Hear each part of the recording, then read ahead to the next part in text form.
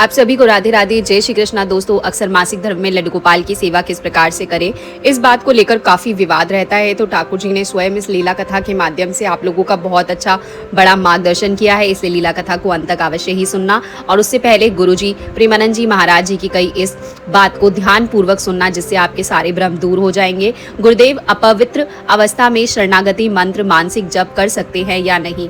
गुरुदेव बोलते हैं कि आप पवित्र, अगर आप मानसिक धर्म में हैं उसमें भी आप नहा धो के अच्छे से अपने वस्त्र बदल के मानसिक धर्म में भी आप नाम जप कर सकते हैं। आपको बस भगवान की मूर्ति को स्पर्श नहीं करना, आपको पवित्र होना है और उस समय नाम जप करो। राधा लक्ष्मी हरिवंश।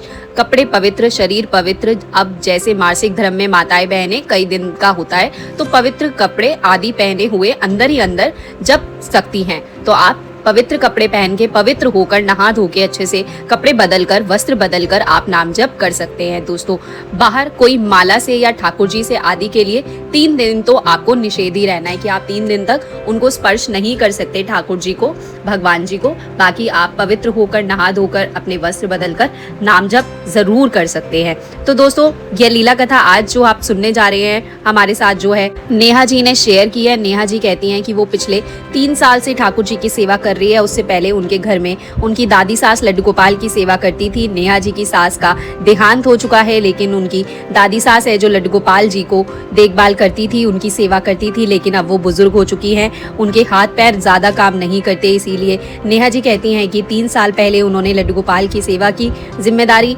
नेहा जी को सौंप दी। अब वे ठाकुर जी को स्नान इत्यादि नहीं करा पाती थी, इसलिए नेहा जी ने ही ठाकुर जी की सेवा की जिम्मेदारी ली। नेहा जी ने ठाकुर जी की सेवा करना जब प्रारंभ किया, उसके कुछ दिन पश्चात ही नेहा जी कहती हैं कि उन्हें मासिक धर्म की समस्या हो गई। अब मासिक धर्म में ठाकुर जी की सेवा करे या ना करे, इस बात को लेकर वो काफी चिंतित थी और उन्हें इस बारे में ज्यादा ज्ञान भी नहीं था। लेकिन उनकी दादी सास जो भी, वो बिल्कुल उन्हें मासिक धर्म में ठाकुर जी की सेवा करने के लिए मना करती थी। अब नेहा जी कहती है कि ठाकुर जी को इस प्रकार से घर में भूखा प्यासा बैठे हुए देखकर उन्हें अच्छा नहीं लग रहा था। इसीलिए उन्होंने मासिक धर्म में लड्डू गोपाल की सेवा से जुड़े नियम जानने के लिए वीडियो देखा। उस वीडियो में उन्हें यही बताया गया कि जब ठाकुर जी हमारे घर में विराजित होते हैं और हम उनके साथ पुत्र भाव रखते हैं या कोई रिश्ता रखते हैं, तो मासिक धर्म में ठाकुर जी की सेवा कर सकते हैं।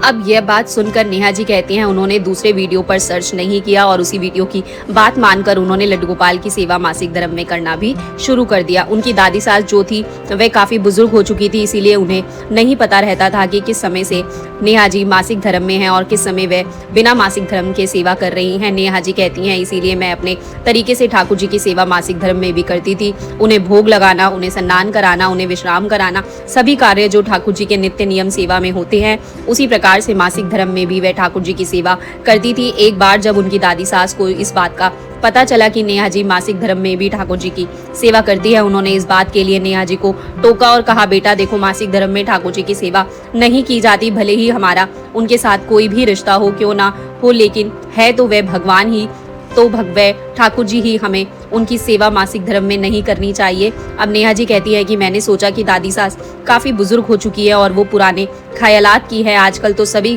के घर में ठाकुर जी विराजमान हैं और सभी के साथ ये समस्या होती है। सभी लोग ठाकुर जी की मासिक धर्म में भी सेवा करते हैं। वह अपनी दादी सास को कहती है कि ऐसा कुछ नहीं होता, भगवान जो है वह भाव के भूखे होते हैं और मासिक धर्म में जब हम अपने बच्चों को खाना खिला सकते हैं, अपने बच्चों की देखभाल कर सकते हैं, फिर ठाकुर जी की देखभाल क्यों नहीं कर सकते। यह सब पुराने ख्यालात हैं, यह सब पुराने विचार है। मैं इन सब चीजों को नहीं मानती और मैं ठाकुर जी की सेवा मासिक धर्म में भी करूंगी। नेहा जी अपनी बात पर अडिग रही और वह मासिक धर्म में भी 2 महीने लगातार लड्डू गोपाल की सेवा करती रही। जब तीसरा महीना इसी प्रकार से मासिक धर्म का आया, तो नेहा जी कहती हैं तीसरे महीने में उनके साथ एक बहुत बड़ी दुर्घटना घटी। अचानक से उनके हस्बैंड का जो कारोबार था उसमें बहुत ज्यादा गिरावट आ गई। कारोबार में गिरावट आने के कारण वे कहती है कि अक्सर उनके हस्बैंड जो थे उनका मन प्रसन्न नहीं रहता था, वे बहुत ज्यादा गुस्से में रहते थे और घर में इस तरह से लड़ाई झगड़े भी बढ़ गए। एक के बाद एक परेशानियां घर में आने लगी। इस प्रकार से जो उनके घर की व्यवस्था थी वह बिल्कुल बिगड़ गई, एकदम से बिल्कुल खराब हो गई। अब नेहा जी कहती है कि तब घर में काफी सारी समस्याएं आई। उनकी दादी सास ने फिर से नेहा जी को कहा कि बेटा देखो, अब ठाकुर जी की कृपा हमारे ऊपर से हट रही है, क्योंकि हम जानबूझकर घोर अपराध कर रहे हैं। मासिक धर्म के दौरान ठाकुर जी की सेवा नहीं करनी चाहिए। लेकिन नेहा जी ने दादी सास की बात को अनसुना कर दिया और वो कहती हैं तीसरे महीने में ही जब मासिक धर्म आया, उन्होंने उसी प्रकार से अपने मनमानी आचरण से ठाकुर जी की सेवा की। उसके पश्चात घर में जो स्थिति उत्पन्न हुई उसे सुनकर आप भी दोस्तों हैरान हो जाओगे। उनका बचा कुचा कारोबार जो भी था सारा बिल्कुल बंद हो गया। घर की अर्थव्यवस्था बिल्कुल डामाडोल हो गई। उनके पति पर कर्जा चढ़ने लगा। अब वह बहुत परेशान थी। उनकी दादी सास ने ठाकुर जी से प्रार्थना की कि हे ठाकुर जी, अब आप ही बहू का मार्गदर्शन कर सकते हो, आप ही स्वयं उसे इस बात का ज्ञान दे सकते हो कि वह अनुचित कर रही है। दोस्तों, उनकी दादी सास जो है काफ़ी सालों से ठाकुर जी की सेवा कर रही थी। अब उनके शरीर ने साथ छोड़ दिया था, लेकिन वो नाम जप करती थी, इसीलिए ठाकुर जी ने अपने भक्त की प्रार्थना स्वीकार की और उनकी बहू का मार्गदर्शन करने के लिए अपनी लीला रच दी। नेहा जी कहती हैं कि जब मासिक धर्म में उन्होंने ठाकुर जी को भोग लगाया तो उसी रात उन्हें स्वप्न में एक बच्चे के दर्शन हुए। वह बच्चा बहुत ही गुस्से में था। उसका रुद्र रूप देखकर नेहा जी घबरा गई। वे कहती हैं कि मैंने इतना विकराल रूप कभी भी नहीं स्वप्न में देखा, किसी बच्चे का नहीं देखा था। घबरा कर नेहा जी की आंखें खुली तो वह अपने आप को रोक नहीं पाई और अपनी दादी सास के पास जाकर अपने स्वप्न के बारे में बताने लगी। तब दादी सास ने मुस्कुराते हुए कहा कि बेटा घबराओ मत, वो ठाकुर जी थे, अब उन्होंने तुम्हें संकेत दे दिया है। वे भी चाहते हैं कि मासिक धर्म के दौरान जो नियम है उस नियम का तुम अपनाओ। देखो, अगर हमारे घर में ठाकुर जी विराजित होते हैं, लड्डू गोपाल जी विराजित है, उनका विग्रह है, तो उसमें ठाकुर जी अपनी शक्तियों को विराजित करते हैं, वे जागृत होते हैं। भले ही हम उनके साथ कोई भी रिश्ता बनाए, पुत्र का, सखा का, भाई का, जो भी हम रिश्ता बनाते हैं, लेकिन हमें यह बात ध्यान रखनी चाहिए कि वह हमारे ठाकुर है, वह हमारे ठाकुर जी हैं, वह हमारे भगवान है और भगवान के पूजा पाठ में नियमों का पालन करना अत्यंत अनिवार्य होता है। दोस्तों, नेहा जी की दादी सास ने उनका मार्गदर्शन करते हुए उन्हें काफी सारी बातें बताई। मैं आपको बताना चाहती हूँ, ध्यानपूर्वक सुनना कि किस प्रकार से आपको मासिक धर्म में सेवा करनी है और किन नियमों का पालन करना है। देखिए, अगर लड्डू गोपाल घर में विराजित होते हैं तो हमारे ठाकुर जी की शक्तियाँ उनमें विराजमान हो जाती हैं। हमारे विग्रह जो हैं वे जागृत हो जाते हैं। हम भले ही उनके साथ कोई भी रिश्ता बना ले, लेकिन वह होते हैं ठाकुर जी ही हैं, वे हमारे भगवान होते हैं। हमारे शास्त्रों में भी 72 घंटे के लिए मासिक धर्म में पूजा पाठ करने का को मना किया गया है, यानी 3 दिन का तो हमें नियम अवश्य ही करना है। और इन 3 दिनों के दौरान अगर हमारे घर में हमारी सहायता करने वाला कोई नहीं है, ठाकुर जी की सेवा करने वाला कोई नहीं है, तो उस परिस्थिति में आपको क्या करना है? ठाकुर जी को आपको स्पर्श नहीं करना है। आपको सुबह उठकर नहा धोकर पवित्र होकर उसके पश्चात ठाकुर जी के सामने जो है उनके लिए जो भी आप भोग लगाते हो, दूध का भोग, फलों का भोग, उस भोग को आप दूर से ही उन्हें स्वीकार कराइए। या तो उनके सामने एक चौकी रख लीजिए, उस चौकी पर ठाकुर जी के लिए आप भोग रख दीजिए और हाथ जोड़कर उनसे प्रार्थना कीजिए कि हे ठाकुर जी, मैं अपने हाथों से आपको स्पर्श नहीं करा सकती क्योंकि मैं इस समय अपवित्र अवस्था में हूँ। आप इस भोग को स्वीकार कीजिए और मुझ पर अपनी दया दृष्टि कीजिए। इस तरह से आप दूर से ही ठाकुर जी को भोग स्वीकार करा दीजिए। आपको जोत नहीं लगानी है, आरती पूजा नहीं करनी है, माला को नहीं छूना है। आपको सिर्फ और सिर्फ बैठकर मंदिर के सामने ठाकुर जी के सामने मानसिक जाप करने हैं। आप मानसिक जाप कर सकते हो। उसके पश्चात अगर दोपहर के समय आपको भोजन का भोग लगाना है और आपके घर पर कोई नहीं है आपकी सहायता करने के लिए, अगर कोई है तो आप उससे भोग लगवा सकते हो।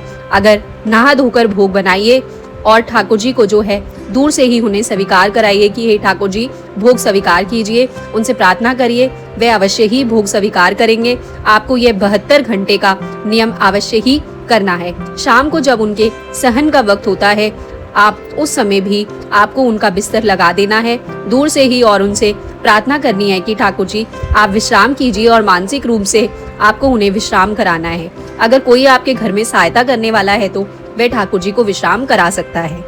आपको विग्रह को स्पर्श नहीं करना है। उसके पश्चात सुबह के स्नान के लिए भी आप ठाकुर जी के सामने एक जल का लोटा रख दीजिए और ठाकुर जी से प्रार्थना कीजिए, हे ठाकुर जी, आप स्नान कर लीजिए और मुझे 72 घंटों के लिए क्षमा प्रदान करें। इस प्रकार से प्रार्थना करते हुए ठाकुर जी को बिना स्पर्श किए आप जो है उन्हें मानसिक सेवा दे सकते हो। ठाकुर जी सेवा स्वीकार करेंगे और आपको दोष भी नहीं लगेगा ठाकुर जी को स्पर्श करने का।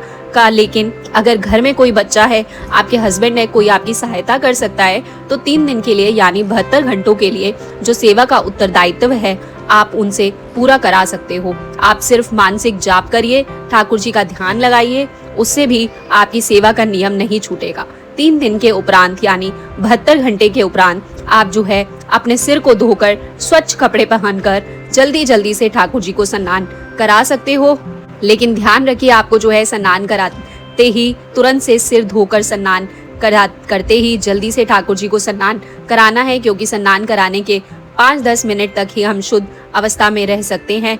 3 दिन के बाद उसके पश्चात अगर हम ठाकुर जी को दोपहर को फिर से भोग लगाते हैं तो हमें दोबारा से स्नान करना होता है, हमें फिर से स्वच्छ कपड़े पहन होते हैं। अन्यथा आप 72 घंटे के बाद ठाकुर जी को जब सुबह सुबह स्नान कराओगे उसी समय उनके सामने जो है फ्रूट रख दीजिए, पंचमेवा रख दीजिए, ठाकुर जी का जो है इस प्रकार का सूखा भोग रख दीजिए कि शाम तक ठाकुर जी आराम से भोग पाते रहे। अगर आपको भोजन का सात्विक भोजन का भोग लगाना है तो आपको यह तो नहा धोकर शुद्ध होकर ही दोबारा से भोग लगाना होगा।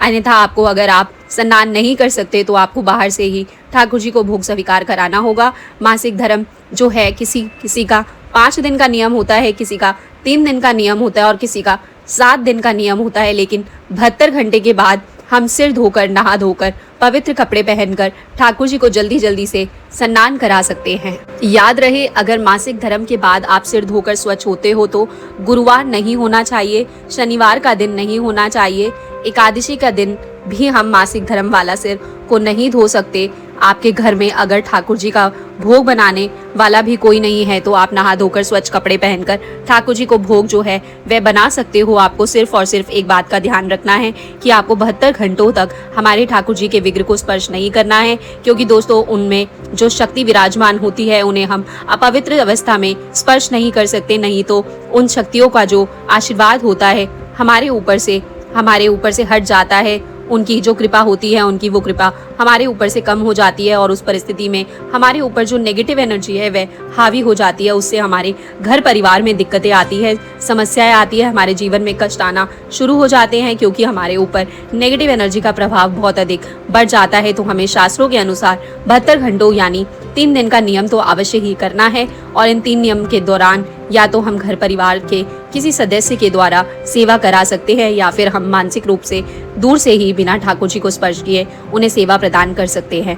मानसिक जाप कर सकते हैं, ठाकुर जी के मानसिक जप, ठाकुर जी की मानसिक उपासना हम कर सकते हैं, उनमें कोई दिक्कत नहीं है, क्योंकि हम उनके साथ कोई भी रिश्ता बना ले, लेकिन हमें ध्यान रखना चाहिए वो ठाकुर जी वो हमारे भगवान हैं, वो हमारे रक्षक है। हम उनसे सब चीजें मांगते हैं, धन दौलत, घर में सुख समृद्धि सब कुछ मांगते हैं और हमारे ठाकुर जी हमारी इच्छाओं को पूरा भी करते हैं। तो अगर मांगते वक्त हम उन्हें भगवान मानते हैं, ठाकुर जी मानते हैं, तो फिर सेवा देने के दौरान भी हमारा वही भाव होना चाहिए। उनके साथ कोई भी ऐसा कार्य नहीं करना चाहिए जिससे हमारे ठाकुर जी नाराज हो जाए, जिससे हमारे ठाकुर जी की कृपा हमारे ऊपर से हट जाए। अब जब ये सारी बातें नेहा जी को उनकी दादी सास ने बताया और कहा कि देखो ठाकुर जी तुम्हारा मार्गदर्शन करना चाहते थे, इसलिए वे गुस्से में दिखाई दिए। अब नेहा जी को भी बात समझ आ चुकी थी, क्योंकि वे कहती है कि जब उनकी दादी सास सेवा करती थी तो सब कुछ घर में अच्छे से चल रहा था, क्योंकि वो नियमों का पालन करती थी। जब से नेहा जी सेवा करना शुरू किया उन्होंने इस बात से इनकार कर दिया कि ऐसा कुछ नहीं होता, वे मासिक धर्म में भी सेवा करेंगी, तभी से उनके घर परिवार में परेशानियां शुरू हो गई।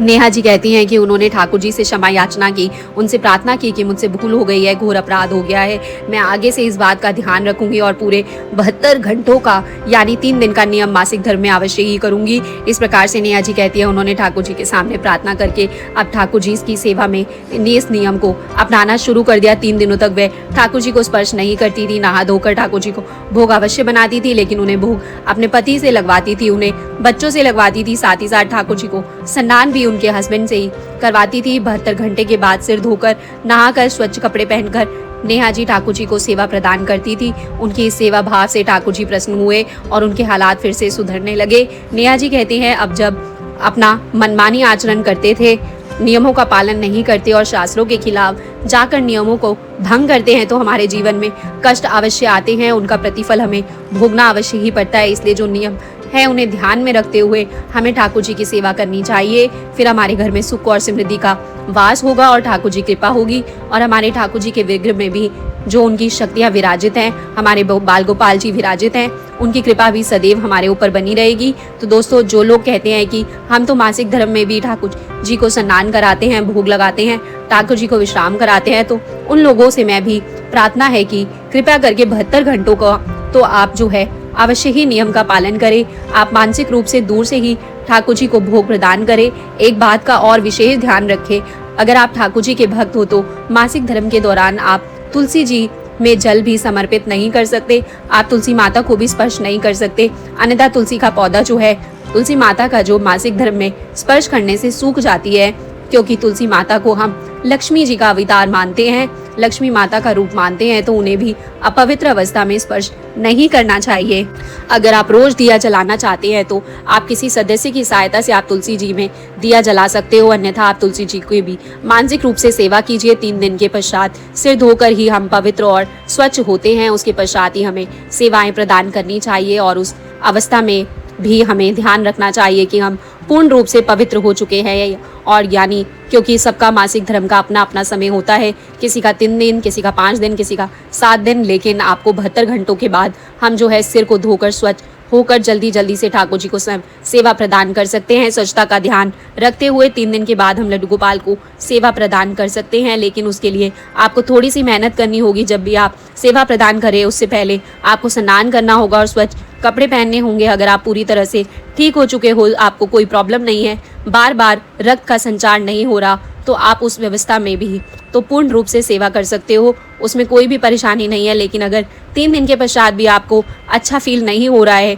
बार बार रक्त का संचार होता है, तो उस अवस्था में आप नहाकर सिर धोकर ठाकुर जी की सेवा प्रदान कर सकते हो। लेकिन प्रदान अवश्य कर सकते हो, क्योंकि आपने 72 घंटों का 3 दिन का नियम कर लिया है। तो दोस्तों, ठाकुर जी के द्वारा बहुत बड़ा मार्गदर्शन हुआ है। काफ़ी सारी सखियों ने बार बार कमेंट बॉक्स में भी पूछा है कि मासिक धर्म में किस प्रकार से सेवा करनी चाहिए। आशा करती हूँ उन्हें उनके प्रश्न का उत्तर मिल गया होगा। अगर फिर भी आपका कोई डाउट है तो मुझे कमेंट सेक्शन में ज़रूर बताइएगा। आपकी कोई लीला कथा है तो मुझे कमेंट सेक्शन में ज़रूर बताइएगा।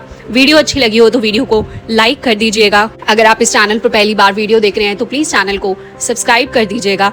अब मैं एक और लीला कथा लेकर आऊंगी अपने प्यारे लड्डू गोपाल भक्तों के लिए। अभी फिलहाल आप सभी को मेरी तरफ से राधे राधे, जय श्री कृष्णा, बांके बिहारी लाल की जय। दोस्तों।